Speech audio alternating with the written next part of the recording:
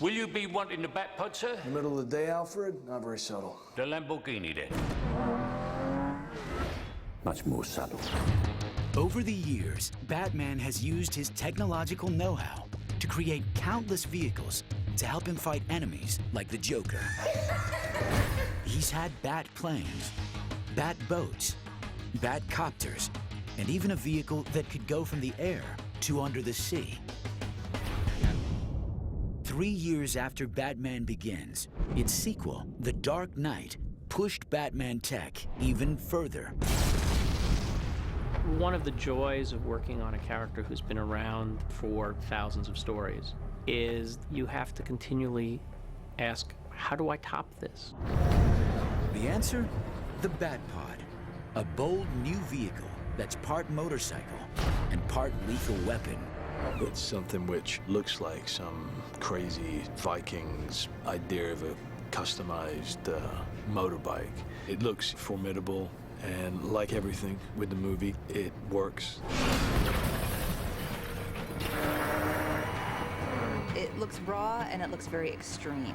It looks really powerful and dangerous. So I think that is it's sort of the bad boy, you know?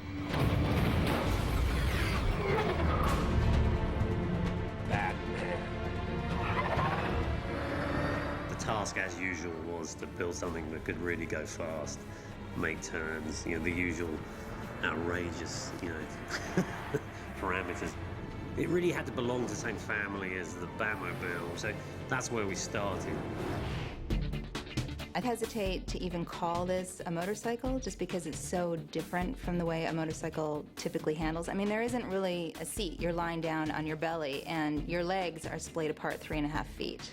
Riding the Batpod in a practically prone position gives the Dark Knight an aerodynamic edge.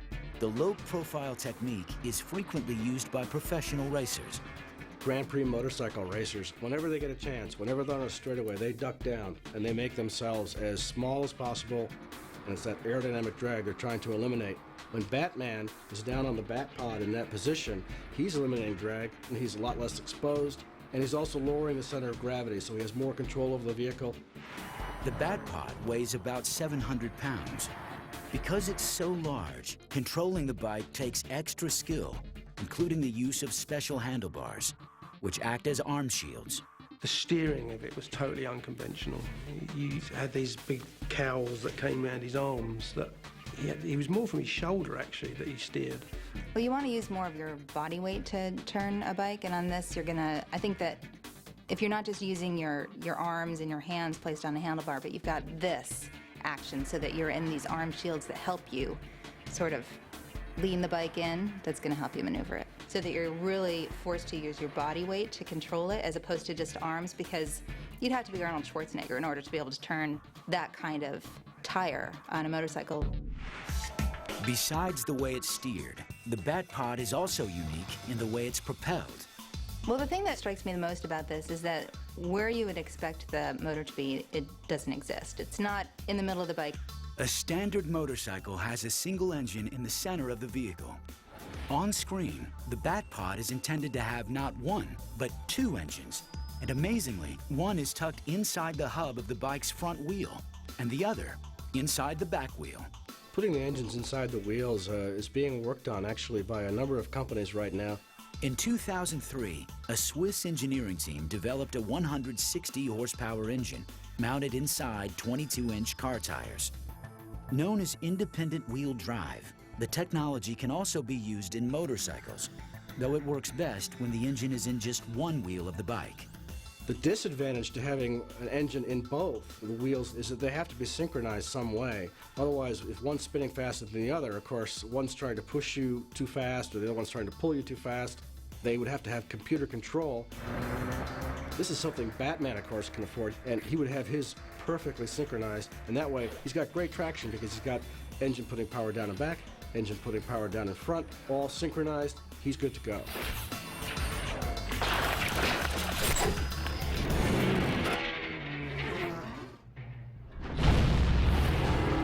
Today, thanks to scientists and engineers who've been inspired by the gadgets in the Dark Knight's world, Batman's technology is no longer just fantasy.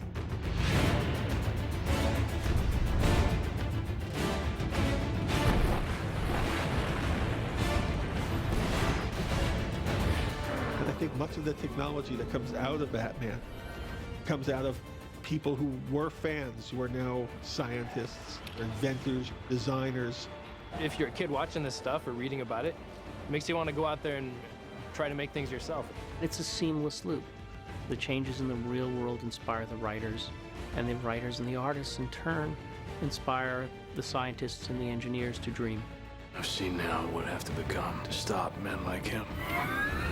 From high-speed Batmobiles to fast-flying Batarang blades, and from armor-plated batsuits to supercharged grappling guns, Batman has set the standard for superhero tech. What I love about Batman is the sense that these things really are possible. I think that makes him much more relatable because Batman's very much a human being.